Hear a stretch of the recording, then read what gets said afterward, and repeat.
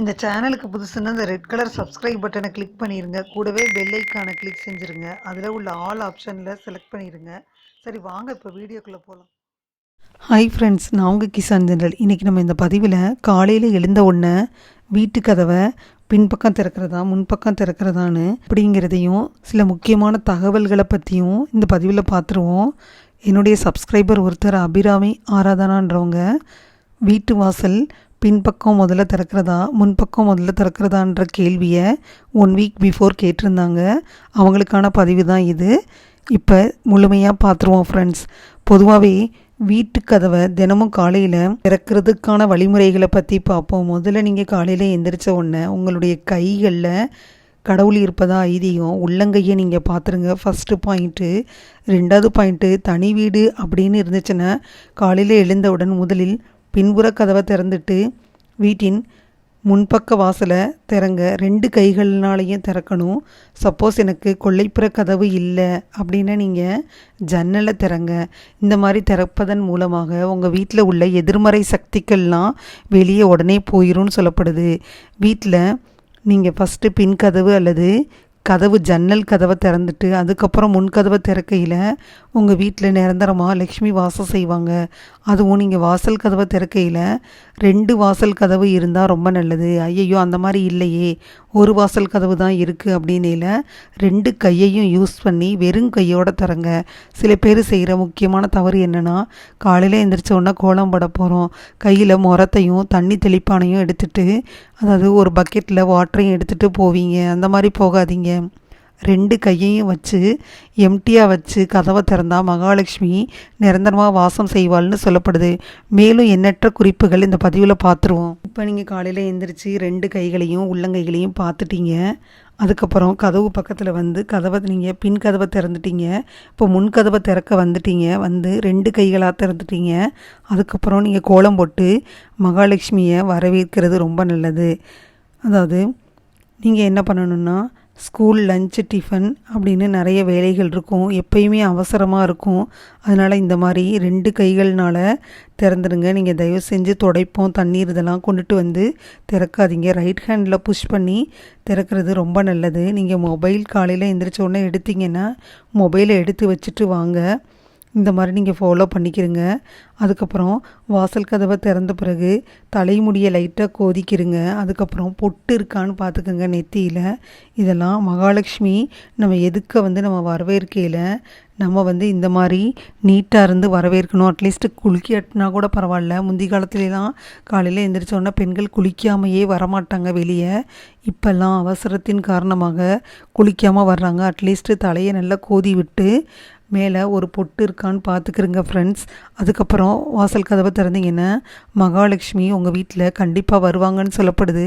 2 கைகள்னால் திறந்தாலும் right ஹேண்ட்னால் push பண்ணி திறங்க friends. இந்த மாதிரி திறக்கையில் மகாலட்சுமி உங்கள் வீட்டில் நிச்சயமாக குடியேறிக்கிடுவாங்க. மேலும் பல பாயிண்ட்டுகளை இந்த பதிவில் பார்த்துருவோம் ஃப்ரெண்ட்ஸ். தினமும் காலையில் வாசலில் கோலம் போட்டு வாசப்படியில் வலது பக்கம் விளக்கேற்றி வைங்க. வீட்டுக்கு ரொம்ப நல்லது. அது காலையில் 5 to 6 மணிக்குள்ளே செய்கிறது நல்லது. மாலையிலும் 5 to 6 செய்யுங்க ஃப்ரெண்ட்ஸ்.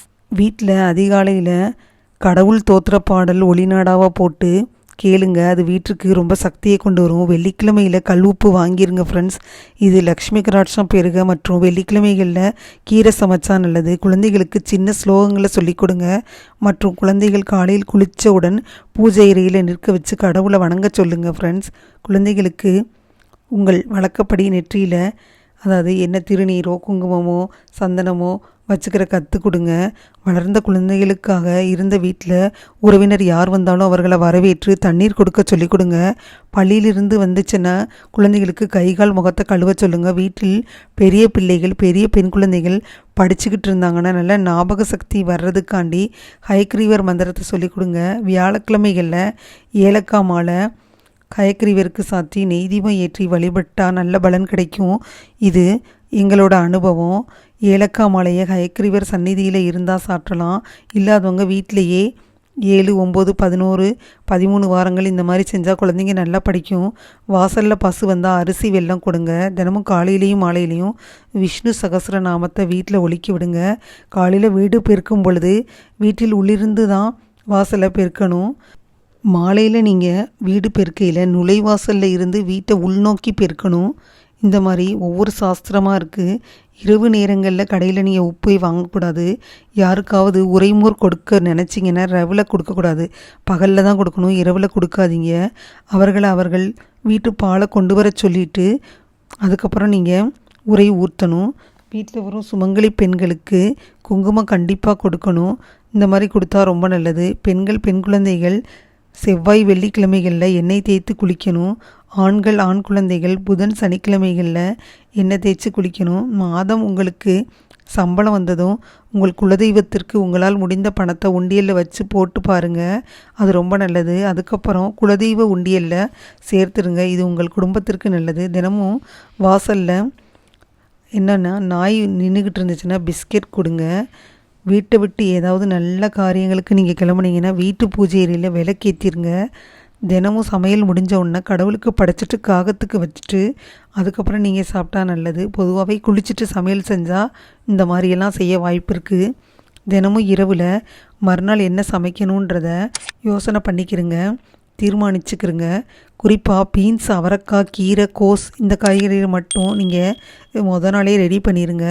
வருஷம் ஒரு முறை தவறாமல் குலதெய்வம் கோயிலுக்கு போயிட்டு வாங்க. குழந்தைகளுக்கு சின்ன உண்டியல் வாங்கி அதில் காசு சேர்க்க சொல்லி கொடுங்க. பெண் குழந்தைகளுக்கு நல்லது எது கெட்டது எது அப்படின்னு எல்லா விதத்துலேயும் சொல்லி கொடுங்க. ஒரு குழந்தையை மற்ற குழந்தைகளுடன் ஒப்பிட்டு பேசாதீங்க. அவர்களுக்கு எந்த துறையில் ஆர்வம் அதிகமாக இருக்கோ அந்த துறையில் குழந்தைகளை ஆர்வப்படுத்துங்க. வெள்ளிக்கிழமைகளில் முடிந்தவரை பூஜை அறையில் நெய்விளக்கு ஏற்ற பாருங்கள். பண்டிகை நாட்கள், தை வெள்ளி, ஆடி வெள்ளி, வீட்டில் விசேஷ நாட்கள் எது இருந்தாலும் மாவிலை கட்டுங்க. குழந்தைகளுக்கு எதிரில் சண்டை போடாதீங்க. வருஷம் ஒரு முறை உங்கள் வீட்டில் வழக்கப்படி உங்கள் கணவரின் உடன் பிறந்த சகோதரிக்கு உங்களால் முடிந்த விலையில் புடவை வாங்கி சுமங்கலி பிரார்த்தனை செஞ்சு கொடுங்க. வீட்டில் நல்ல சுப விஷயங்கள் தடங்கள் இல்லாமல் நடக்கும். வீட்டில் வெண்ணெய் வாங்கி காய்ச்சும் பொழுது வெண்ணெய் காய்ந்து இறங்கி வைத்தவுடன் அதில் ஒரு துளி பால் தெளித்து பாருங்கள், அல்லது முருங்கை இலை இருந்தால் போடுங்க. இரவில் வெண்ணெய் காய்ச்சாதீங்க.